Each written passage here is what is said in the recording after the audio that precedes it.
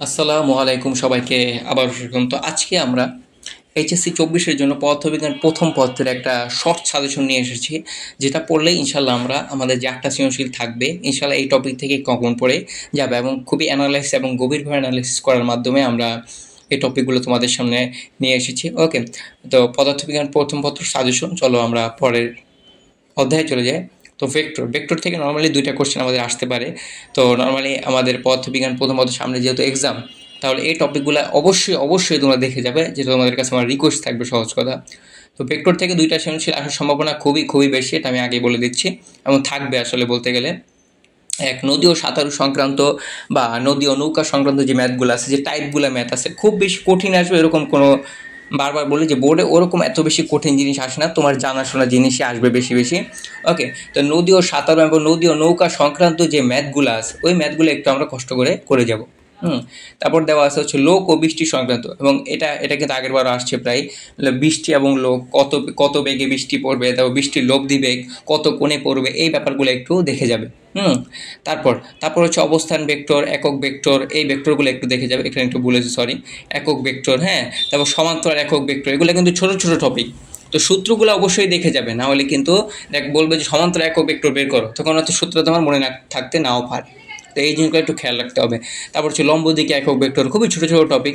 তারপর ভেক্টর তো একই সমতল হবে কিনা, এই শর্তটা নর্মালি চলে আসে। তো ভালো পারার জন্য যেই আমি সাজেশনটা দিব সেটা হচ্ছে যে প্রত্যেকটা অধ্যায়ের সূত্রগুলো ভালো করে মনে রাখতে হবে। তো এই যে তিনটা 1, 2, 3, এখান থেকে নর্মালি দুইটা সৃজনশীল কি চলে আসার সম্ভাবনা অনেক বেশি। এরপরে আসি স্কেলার গুণন, ভেক্টর গুণন, এগুলো নিয়ে আসলে নর্মালি আমাদের ঢাকা বোর্ড যেটা আছে, অন্যান্য বোর্ডের কথা কোশ্চেন আসে, ঢাকা বোর্ডে এগুলো নিয়ে খুবই কম কোশ্চেন আসে। ওকে, কম কোশ্চেন আসে বলতে সিকিউ কম আসে, কিন্তু এমসিকিউ চলে আসে। তো এমসিকিউ কি আসে? এমসিকিউ হচ্ছে ধরো যে এগুলো শর্ত আসে যে কখন লম্ব হবে, কখন সমান্তরাল হবে, এই ব্যাপারগুলো একটু আমাদের অবশ্যই দেখে যেতে হবে। তারপর হচ্ছে ভেক্টর ক্যালকুলাসের ভিতরে গ্রেডিয়েন্ট, ডাইভারজেন্স, কার্ল, বলাও যায় না, চলেও আসতে পারে। তো এগুলা একটা টাইপ, মানে হচ্ছে সময় নষ্ট না করে আমরা এই প্রত্যেকটা গ্রেডিয়েন্ট, ডাইভারজেন্স, কার্লের একটা ম্যাথ করে যাব শুধু মনে রাখার জন্য, এবং শর্তগুলো পড়ে যাব যে কখন ঘূর্ণনশীল হবে, কখন অঘূর্ণনশীল, এই ব্যাপারগুলা। এরপর চলো আমরা 4 অধ্যায়ে চলে যায়, নিউটনিয়ান বলবিদ্যা। হ্যাঁ, তো এটা নিয়ে অনেকে ভয় পায়, তো ভয়কে জয় করবো ইনশাল্লাহ আমরা। আজকে আমরা যে টপিকগুলো দেখে দিচ্ছি এগুলো তুমি একটু কষ্ট করে যাবে। ব্যাংকিং কোণ রিলেটেড কোশ্চেন অভাব নাই। ওকে, এটা আসার সম্ভাবনা অনেক বেশি। আচ্ছা, কীরকম কোশ্চেন আসতে পারে? এই যে খাদে পড়ে যাবে কিনা, তোমরা যারা করছো ম্যাথ তারা এগুলো জানো, যারা টেস্ট পেপার সলভ করছো, এবং অবশ্যই টেস্ট পেপার সলভ করতে হবে, না দেখলে কোশ্চেনের প্যাটার্ন তোমরা বুঝবে না।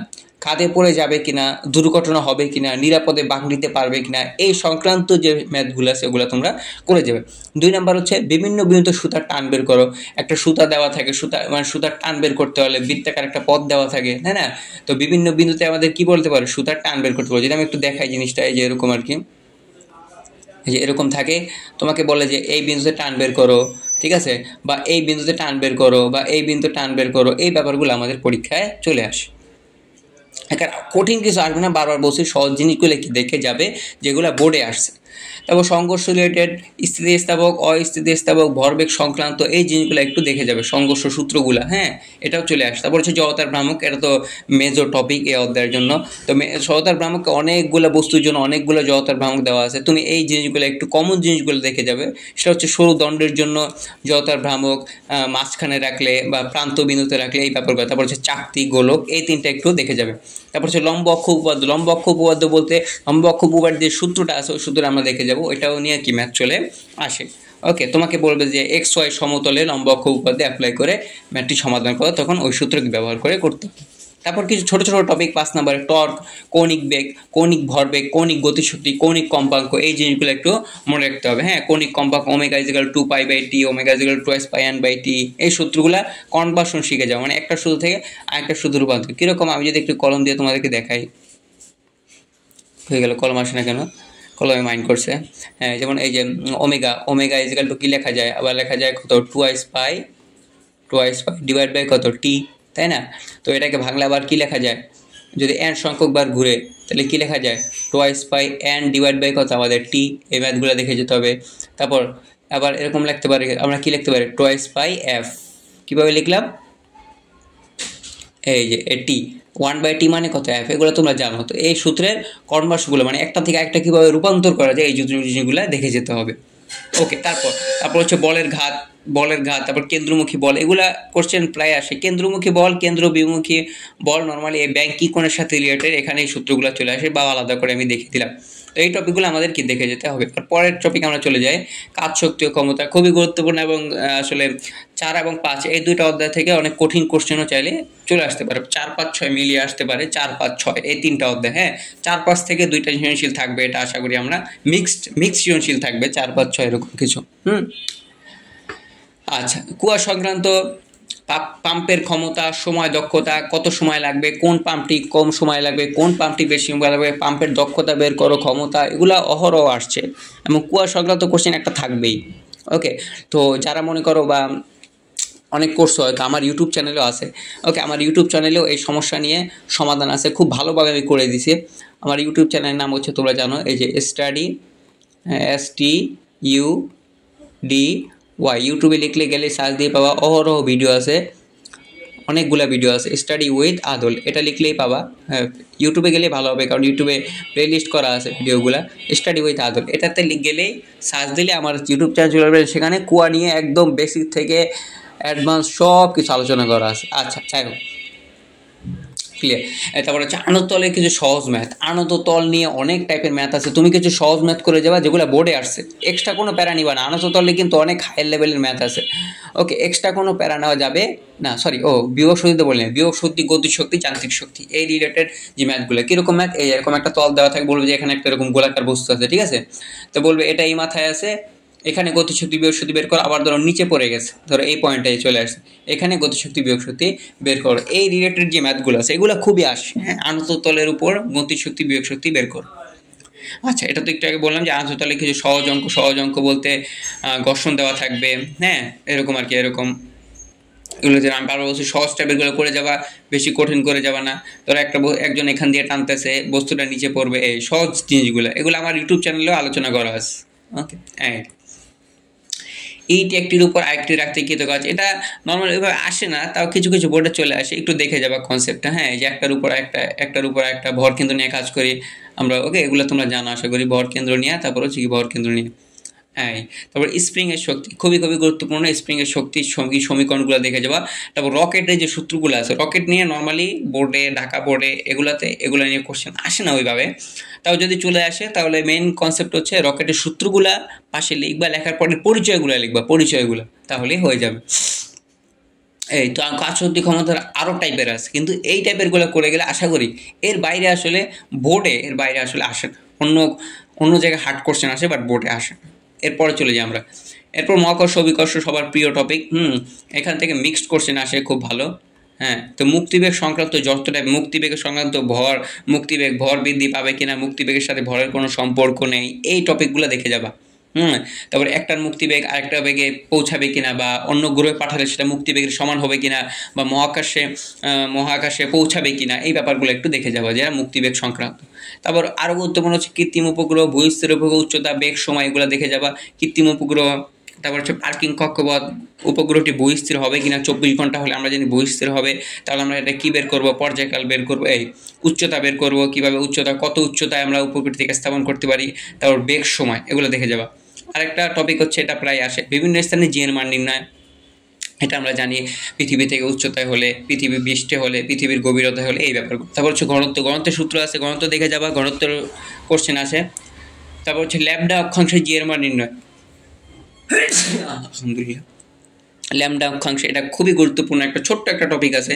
বিষুবীয় অঞ্চলে ল্যামডার মান কত হবে, তারপর হচ্ছে মেরু অঞ্চলে ল্যামডার মান কত হবে, এই সূত্রগুলো একটু দেখে যাবে ল্যামডা অক্ষাংশে বললে। হ্যাঁ, আচ্ছা, এবার হচ্ছে ক্যাপলারের তৃতীয় সূত্রাঙ্ক। ক্যাপলারের তৃতীয় সূত্র বলতে কত, ওই যে T1 ক্যাপলার আবর্তনকালের সূত্রটা। হ্যাঁ, T1² / R1³ হোল কিউব ঘন কিউব, এই সূত্রগুলো দেখে যাবো, তৃতীয় সূত্রটা দেখে যাবো।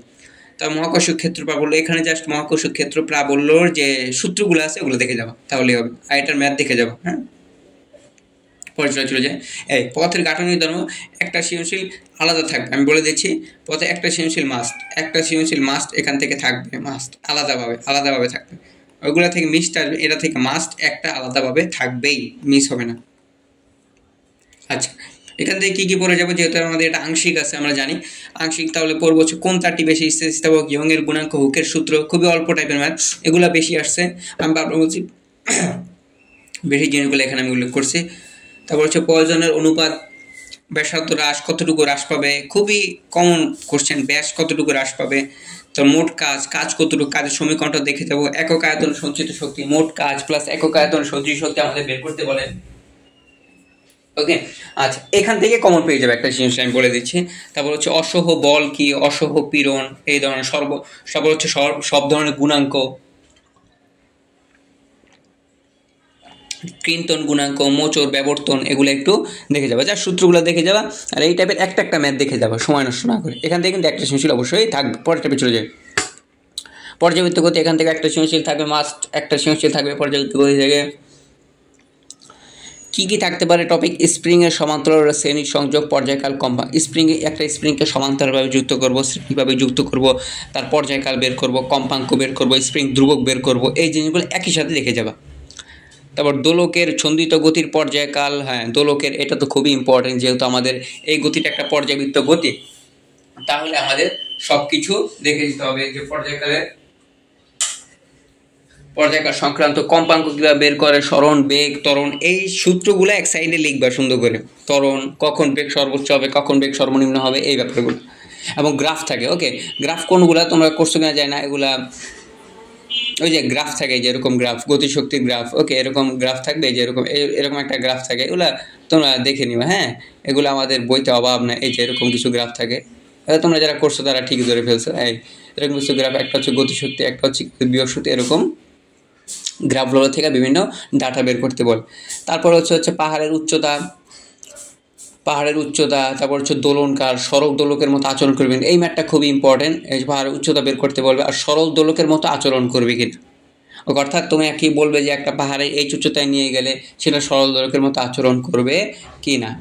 এটা খুবই গুরুত্বপূর্ণ। আমি পাশে একটা চিত্র দিয়ে দিছি, দেখো এই যে এই ম্যাথগুলো খুবই আসে। এই ম্যাথগুলো খুবই আসে। হ্যাঁ এই ম্যাথগুলো কি অবশ্যই দেখে যাবো। সহজ কথা, এই টপিকগুলো তুমি দেখে যাও। এরপরে লাস্ট, এখান থেকে একটা সৃজনশীল মাস্ট মানি আমি বলে দিচ্ছি, এখান থেকে দুইটাও আসতে পারে, দুইটার সম্ভাবনা আছে, আবার একটা অবশ্যই থাকবে, এটা আমি বলে দিচ্ছি, একটা অবশ্যই থাকবে সৃজনশীল এই টপিক থেকে, আমি যেগুলো লিখে দিচ্ছি এই টপিক থেকে। ওকে, তাহলে কি কি আছে আমি একটু দেখি। এখানে আছে হলো আপেক্ষিক আর্দ্রতা, এটা তো নর্মাল করছেন, এখানে একটু রেফ হবে, সরি, যাই হোক। আপেক্ষিক আর্দ্রতা আছে, হ্যাঁ তারপর হচ্ছে কি শিশিরাঙ্ক আছে, দেখো এখানে, এগুলা কমন টপিক, এগুলো করতেই হবে। তারপর কাপড় দ্রুত শুকাবে কিনা, তারপর ব্যক্তি স্বস্তিবোধ করবে কিনা, জলীয় বাষ্পের পরিমাণ বের করো, আবহাওয়ার পূর্বাভাস, সবগুলো হচ্ছে আপেক্ষিক আর্দ্রতা রিলেটেড ম্যাথ। তো এগুলা বললে কাপড় দ্রুত স্বস্তিবোধ, জলীয় বাষ্প, আবহাওয়ার পূর্বাভাস, এগুলো কী বের করবো আমরা, আর বের করবো। আর শিশিরাঙ্কটা কীভাবে বের করতে হয় এটা আমরা দেখে যাব। আচ্ছা এরপর 2 নম্বরে গ্যাসের সমন্বয় সূত্র, P1 B1/T1 = P2 B2/T2, এটা দিয়ে ম্যাথ আসে। হ্রদের গভীরতা, খুবই গুরুত্বপূর্ণ ম্যাথ। হ্রদের গভীরতা H বের করো, যেটা আমরা বলের সূত্র দ্বারা বের করি, P1 = P2 এইভাবে। বেলুন নক্ষত্র থাকবে কিনা, এই রিলেটেড ম্যাথ। আয়তন সংক্রান্ত, আয়তনের পরিবর্তন, আয়তনের শতকরা কতটুকু পরিবর্তন হবে, এই ব্যাপারগুলো যেগুলো আমাদের টেস্ট পেপারে সুন্দর করে আলোচনা করা আছে। তারপর হচ্ছে এটা আসে, এই টপিক নিয়ে আসে এক পারমাণবিক দ্বিবহু পারমাণবিক গ্যাসের গতিশক্তি সংক্রান্ত, ওই যে E = 3/2 nRT, বা n এর জায়গায় কী লেখা যায় W/m, এই রিলেটেড। তারপর হচ্ছে গড় গতিশক্তি, RMS বেগ, C = √3 RT/m। তারপর হচ্ছে বোলসম্যান ধ্রুবক, এটা নিয়েও ম্যাথ আসে।